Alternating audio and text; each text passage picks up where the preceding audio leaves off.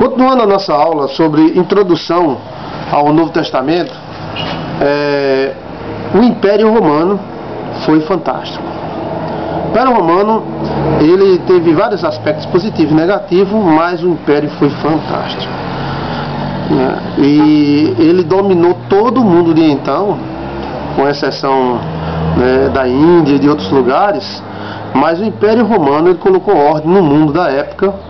Teve seus defeitos, mas teve muitas qualidades que facilitou para o cristão.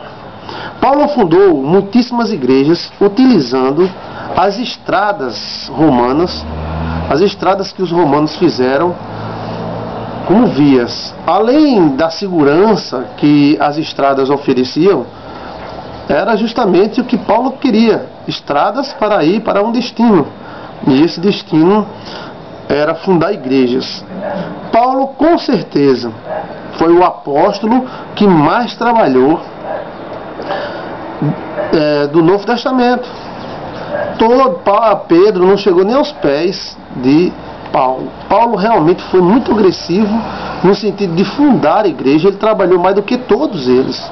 Não estou dizendo que ele é o maior, mas que ele trabalhou muito, se dedicou completamente. Na época do Novo Testamento, Israel foi destruída no ano 70 pelo imperador Tito.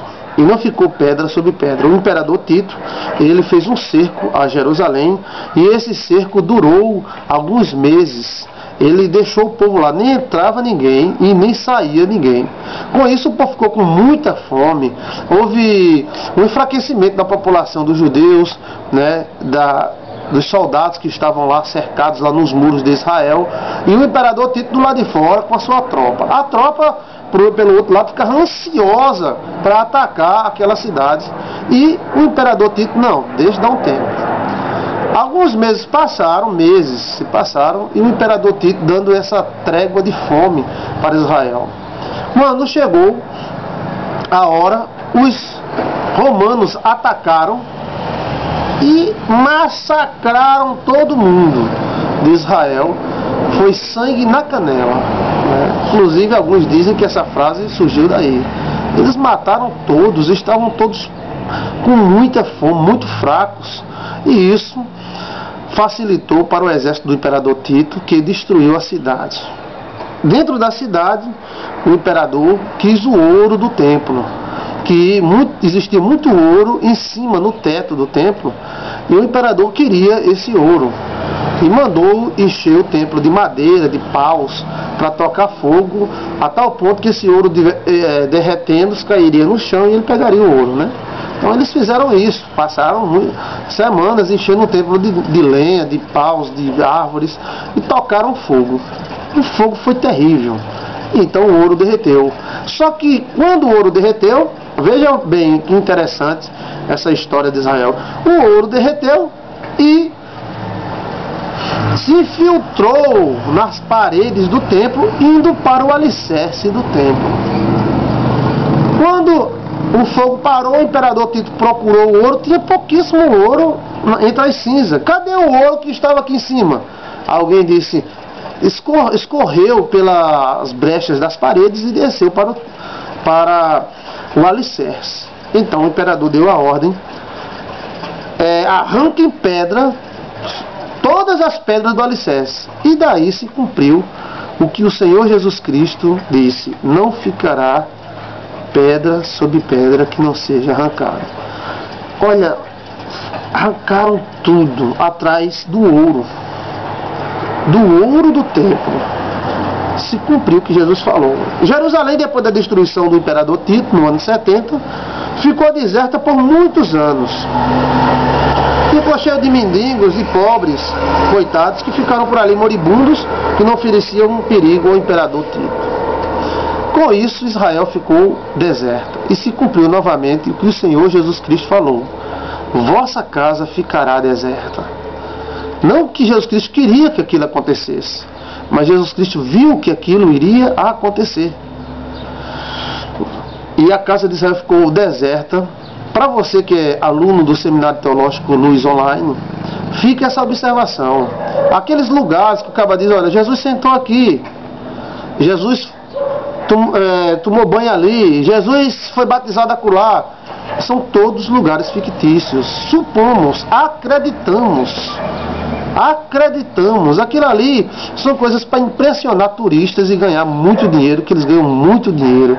A sorte do judaísmo é o cristianismo. Se o judaísmo continuasse sendo só ele e não tivesse surgido o cristianismo, ele já tinha sido engolido pelas forças, né, que são contra o judaísmo. O cristianismo tem dado base ao judaísmo, tanto com o turista como a política do mundo apoia Israel.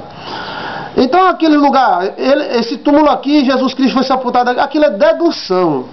Não temos a certeza se Jesus foi sepultado ali. Aquilo é algo que alguém deduziu, porque muitos túmulos havia na região. Passou centenas de anos. Deserta a casa de Israel. Não foi 1 ano e 2 anos, não. Foi muitos anos, muitas gerações. Aquele lugar ficou deserto. Ninguém queria morar mais naquela região. E por aí os judeus se espalharam pelo mundo. E aquela região de Israel, depois uma família, veio outra, perdida, que muitas vezes não sabia questão de história, não sabia de nada. Então essa questão dos lugares sagrados são questões mais de deduções, tanto da Igreja Católica como do próprio judaísmo. Os hebreus querem ganhar um dinheirinho dos turistas, e para isso tem que ter o lugar onde Jesus sentou, o lugar onde Jesus se levantou, o lugar onde Jesus cuspiu, o lugar onde... Tem alguns lugares que temos a certeza que foi lá, outros são deduções. O apóstolo Paulo era misto. Ele era romano, tinha descendência romana e tinha descendência judia. Ele tinha mãe judia e pai romano, ou ao contrário. Tudo indica que ele tinha pai romano para ter uma nacionalidade romana.